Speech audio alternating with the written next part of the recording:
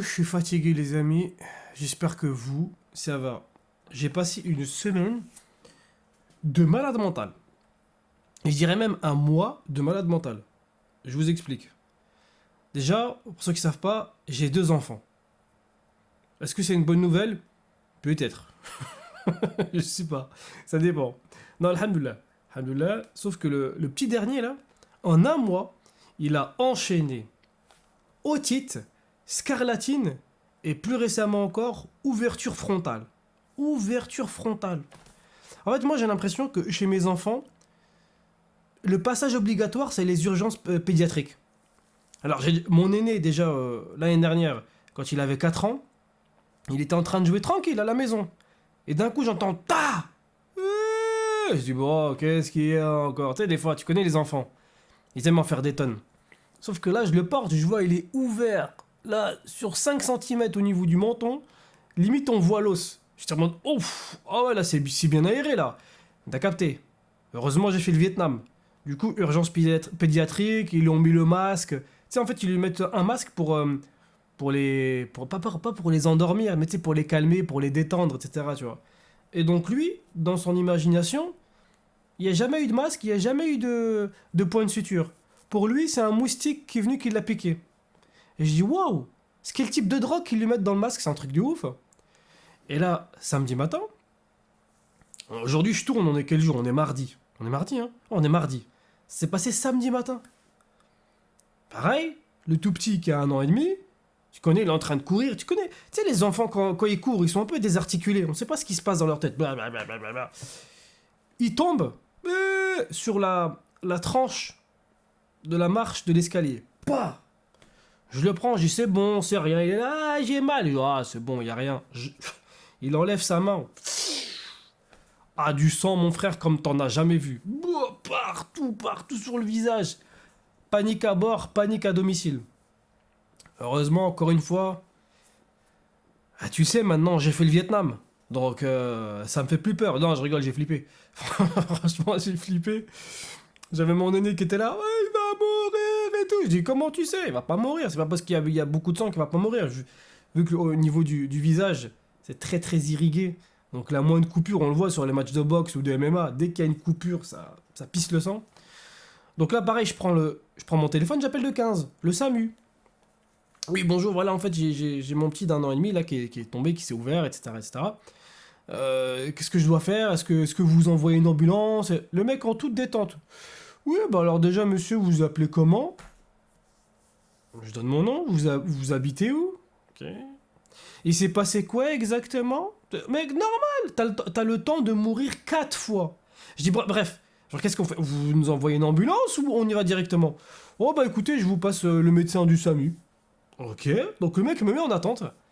Et quand le médecin reprend le combiné, j'entends, oh, ça me saoule. Et tu sais, moi j'attends. Je me dis peut-être qu'il était en train de continuer une conversation avec quelqu'un d'autre. Donc moi j'attends par politesse. Et là j'entends, allô? Je dis, ah ouais, ok. Ah bah excusez-moi de vous déranger alors. Ouais, non, mais tranquille, ouais, je veux juste 2 kilos de bananes et puis 1 kilo de pommes. Mais attends, mais on est où là? C'est un marchand de poissons ou quoi? Je comprends pas. Donc je lui explique le problème entre guillemets. Et il me dit, non, bah allez-y, allez directement aux urgences pédiatriques. Ah bah sympa. Sympa de m'avoir fait attendre. Le petit, il aurait pu se vider de son sang, quoi, tu vois.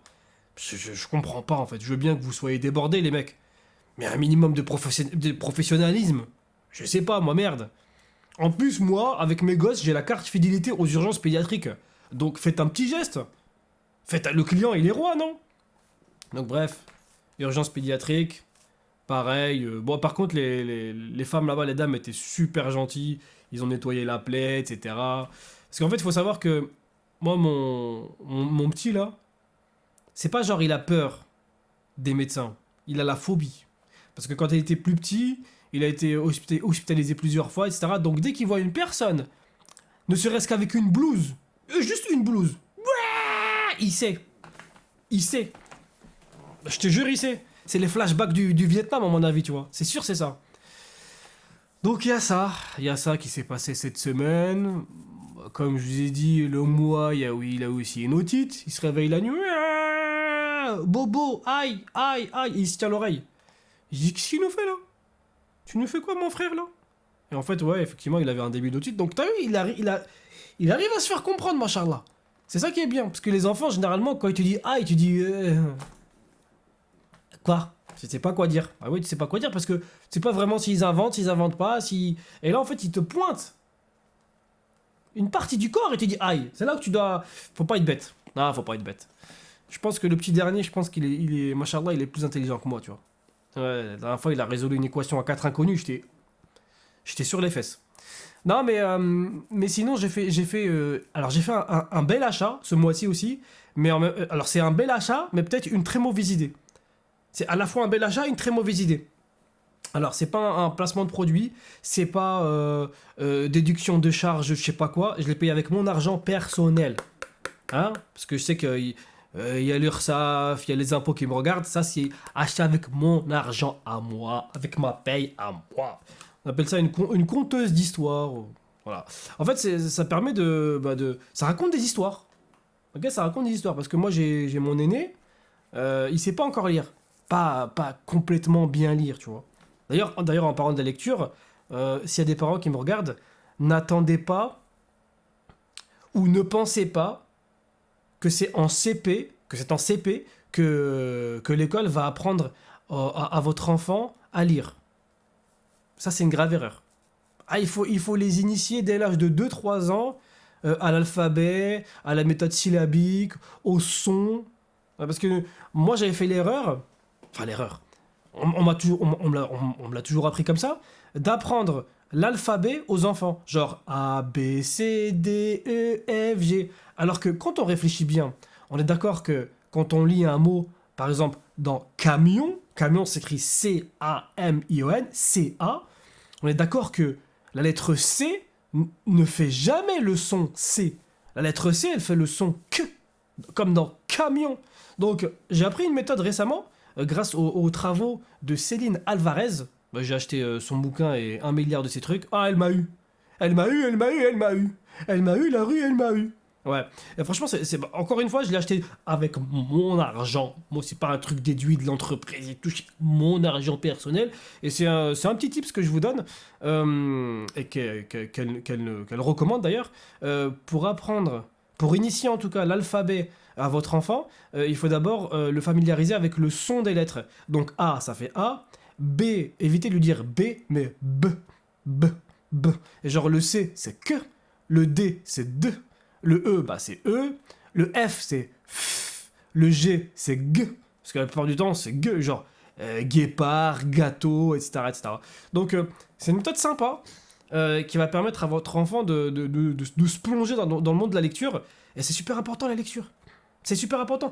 Là, au CP, là, je le sais parce que j'écoute un petit peu les conversations, tu sais, à l'extérieur de l'école. Et il y a des élèves qui galèrent un petit peu au CP. Parce que, justement, les parents n'ont pas fait l'effort de faire un travail en amont, ne serait-ce que familiariser leur enfant au son. Parce que ça sert à rien d'apprendre l'alphabet A, B, C, D, E jusqu'à Z. Tu sais, le gosse, il l'apprend comme une musique, tu vois, comme une comptine. Donc, là, j'essaye de familiariser l'aîné. Bon, l'aîné, c'est pratiquement acquis, tu vois. Et le petit, un peu moins. Bon, le petit, il a 1 an et demi. Je lui dis il me fait Je dis non, non, non, non.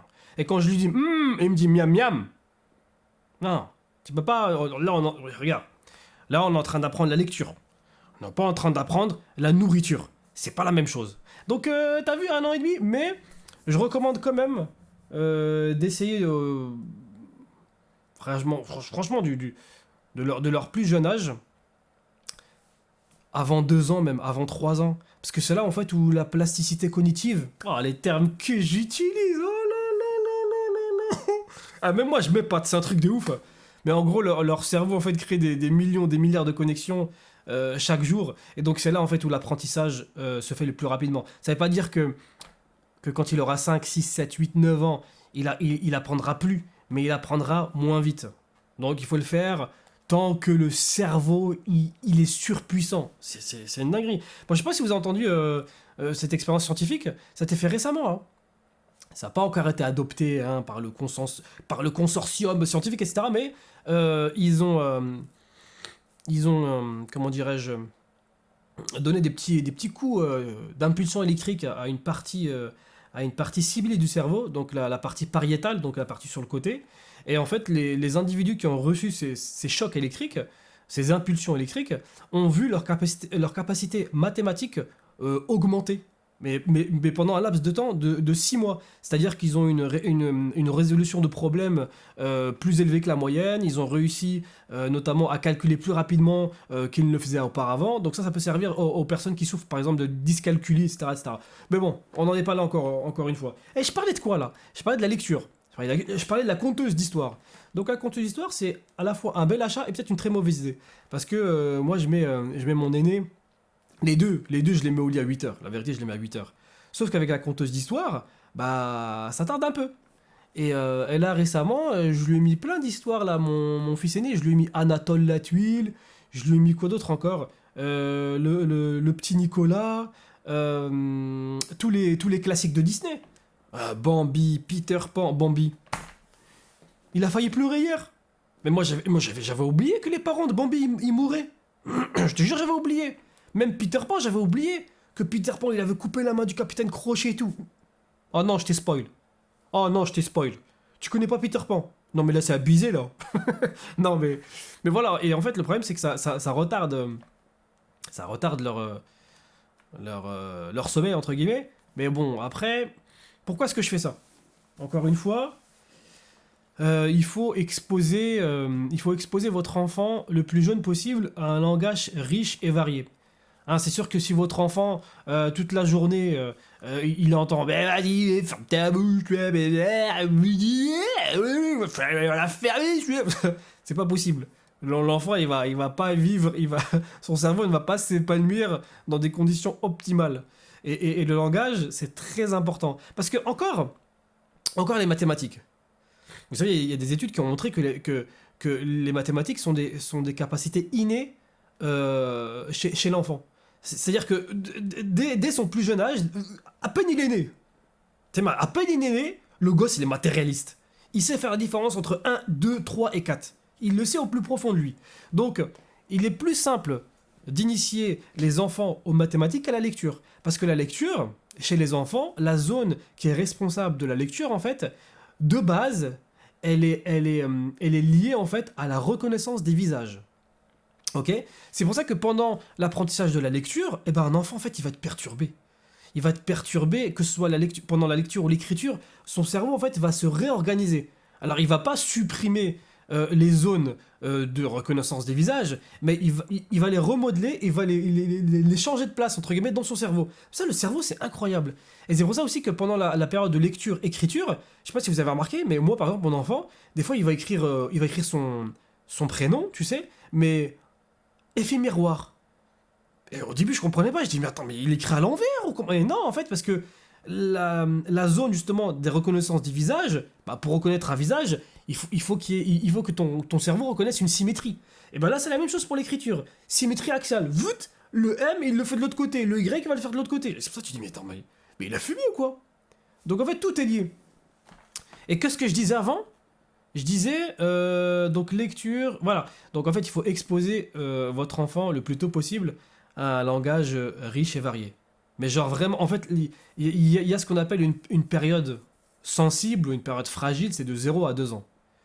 Encore une fois, ça ne veut pas dire qu'au-delà de 2 ans, quand il aura 3 à 4 ans, c'est mort. Les petits, il est con, là, le petit, il est con, ah, il est vraiment con. Non, il sera pas con.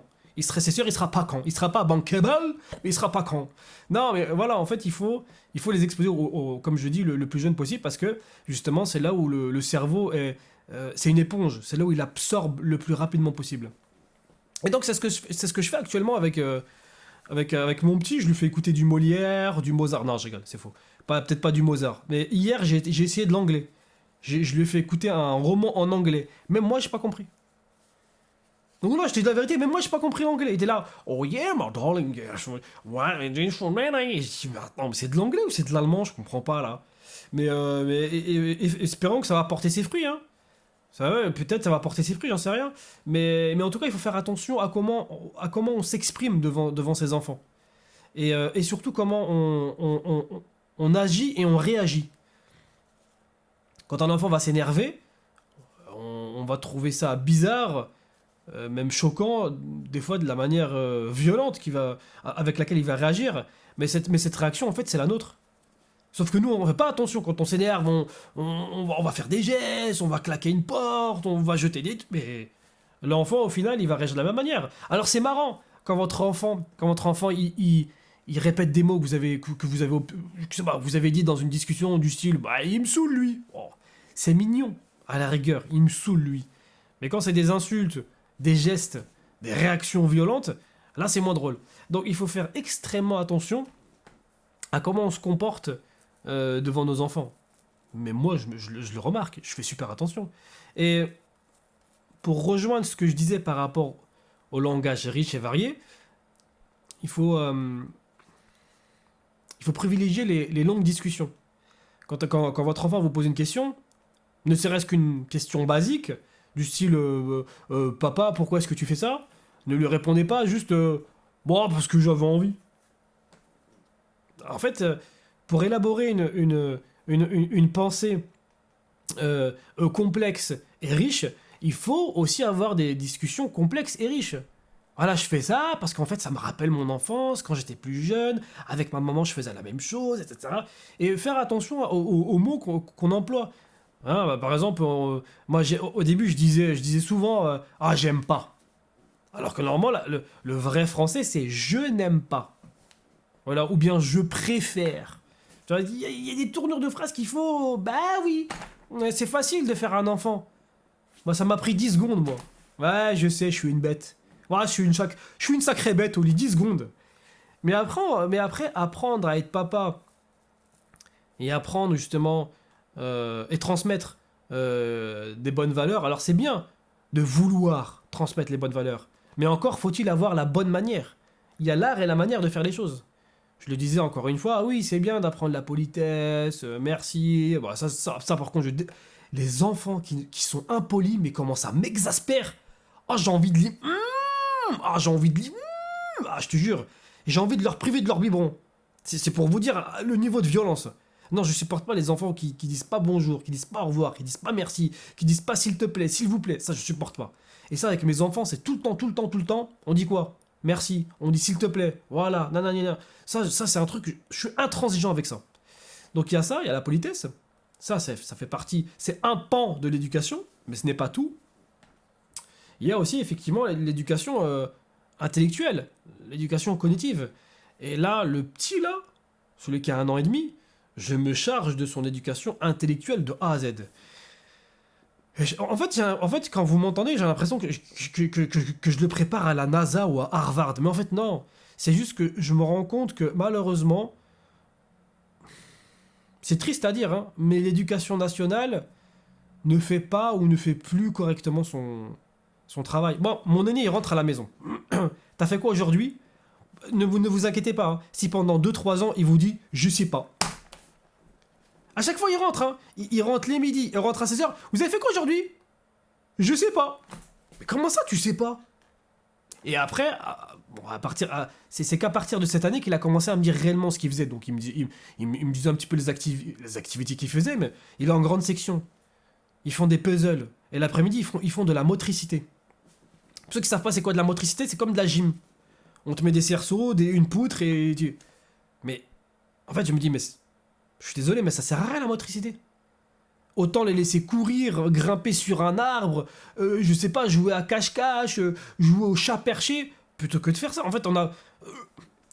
ton gosse, à 1 an, quand il a commencé à marcher, les mois qui ont suivi ses premiers pas, tu lui as fait prendre des cours de motricité?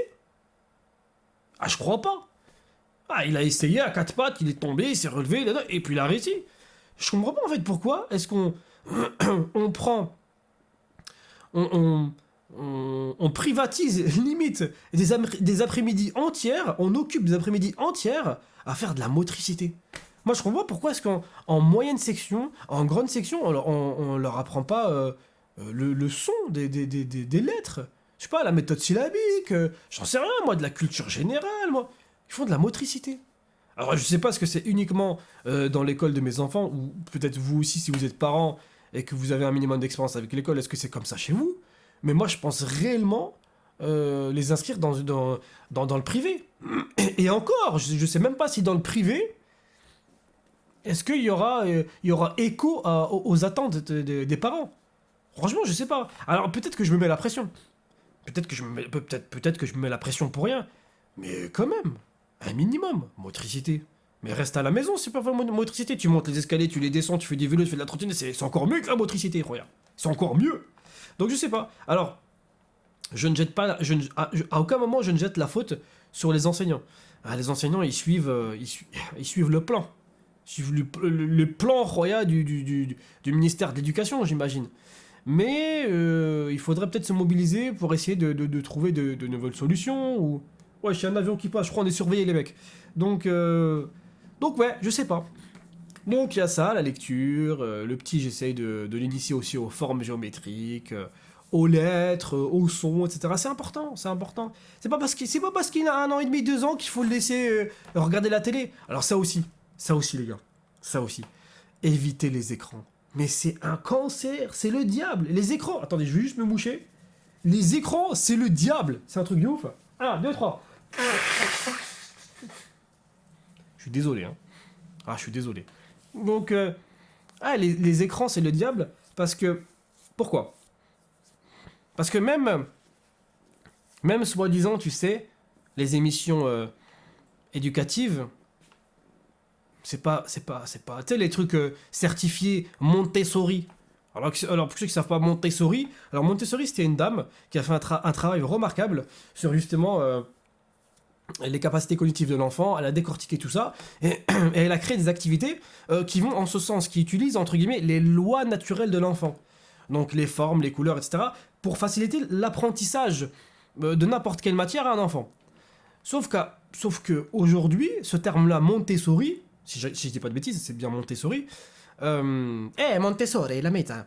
Montessori, il est utilisé vraiment à tout va. Et donc, n'importe quel jouet, n'importe quelle activité ou programme télé certifié, c'est comme le certifié halal, tu vois. C'est la même chose, certifié halal. Tu dis, ah, halal, c'est bon, je peux manger.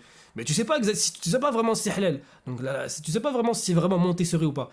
Et dans tous les cas, le fait de le mettre devant un écran, ça bousille leur attention. Ça bousille leur attention. Et l'attention, c'est tout. C'est tout ce qui fait qu'un enfant va réussir ou échouer par rapport à un autre.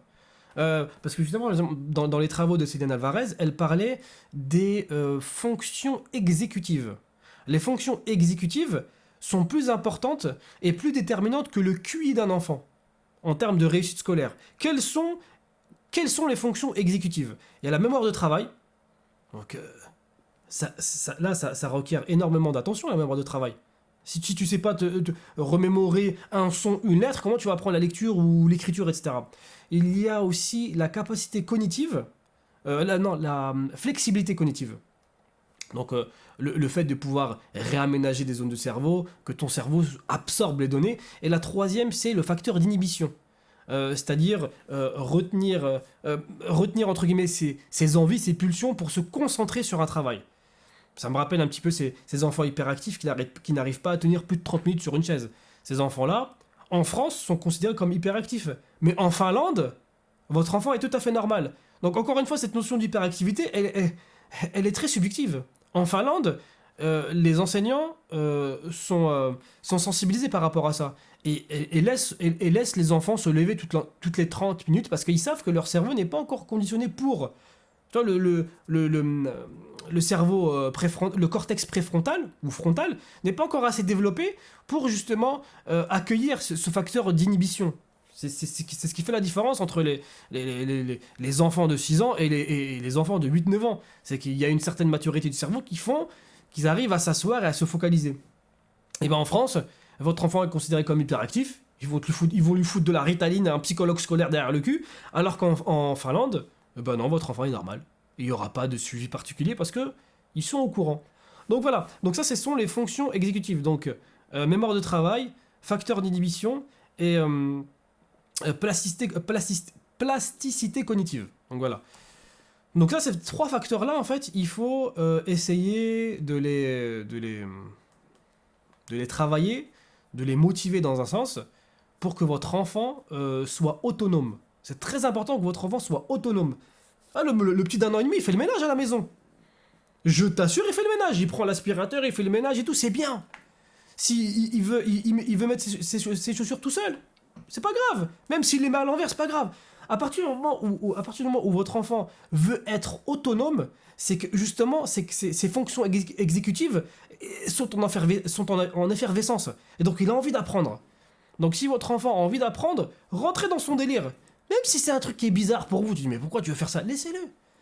Si vous lui dites non, faites pas ci, faites pas ça, en fait c'est comme si vous coupez sa curiosité intellectuelle.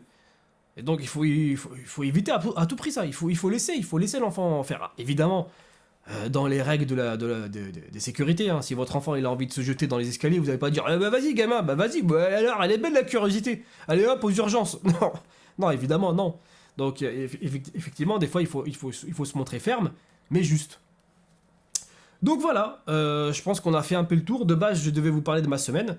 Mais effectivement, je vous ai parlé de ma semaine, je vous ai parlé aussi de mes lectures.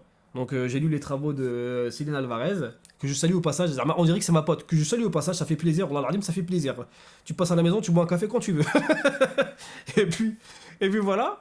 Moi de mon côté, je vais remettre des histoires dans la conteuse parce que mon fils il a tout lu. Et donc voilà, je pense qu'on a fait à peu près le tour. J'espère que de votre côté ça va bien, que tout se passe pour le mieux, alhamdoulilah. Faites attention à vous, à vos parents et à vos enfants. Et la patience. La patience, la résilience, la persévérance. Ah, sinon, la souffrance. Bah les bisous. Salut.